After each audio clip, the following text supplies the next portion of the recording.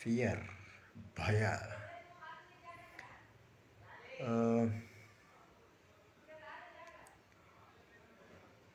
ಭಯನ overcome ಮಾಡಬೇಕು ಅಂದರೆ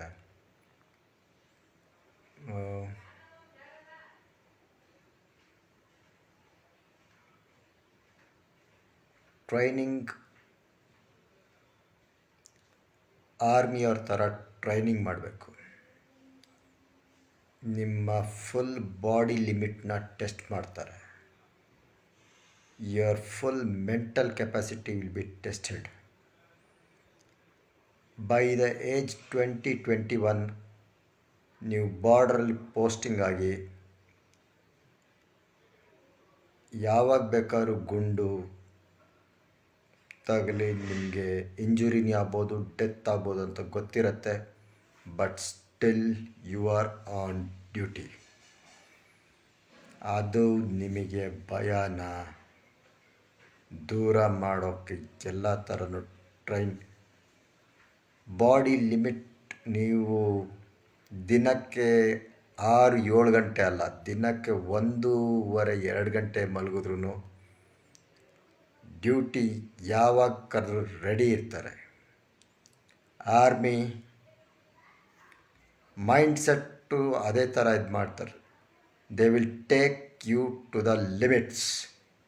body, mind ಎರಡು ಲಿಮಿಟ್ನ ಟೆಸ್ಟ್ ಮಾಡ್ತಾರೆ.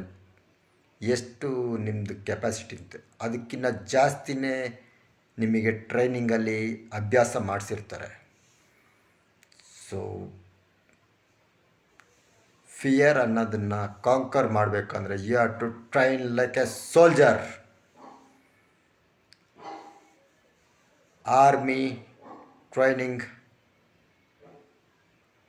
ವೀಡಿಯೋಸ್ ಬೇಕಾದ್ರೆ ನೋಡಿ, ಯಾವ್ದಾದ್ರು ಯೂಟ್ಯೂಬ್ ಇಲ್ಲ ಯಾವ್ದಾದ್ರು ಇದರಲ್ಲಿ ಎಲ್ಲ ಥರ ಅವ್ರದ್ದು ಟ್ರೈನಿಂಗು ಬೇರೆಯೇ ಲೆವೆಲ್. ಆ ಟ್ರೈನಿಂಗ್ ಆದಮೇಲೆ ಒಂದು ಫುಲ್ ಪರ್ಸ್ನಾಲಿಟಿ ಡೆವಲಪ್ ಆಗುತ್ತೆ. ಸಿವಿಲಿಯನ್ಸು ಎಲ್ಲರೂ ಆ ಥರ ಟ್ರೈನಿಂಗ್ ಮಾಡೋಕ್ಕಾಗಲಿಲ್ಲ ಅಂದ್ರೂ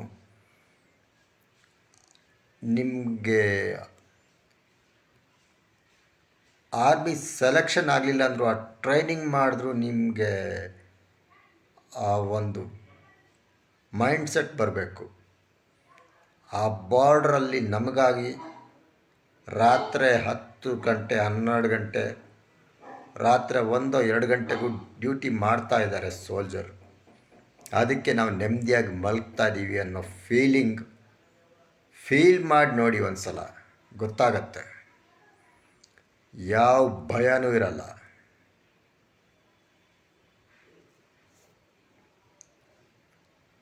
ಈ ಫೀಲು ಈ ವಿಡಿಯೋದಲ್ಲೂ ಕಾಣ್ತಾ ಇದೆ ಅಂತ ಅಂದ್ಕೊಳ್ತೀನಿ.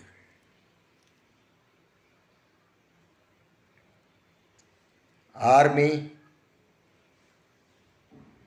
ಇಂಡಿಯನ್ ಆರ್ಮಿ ಇನ್ಸ್ಪೈರ್ ಮಾಡತ್ತೆ. ಪ್ರತಿಯೊಬ್ಬರಿಗೂ ಇನ್ಸ್ಪೈರ್ ಮಾಡುತ್ತೆ. ಜೈ ಜವಾನ್.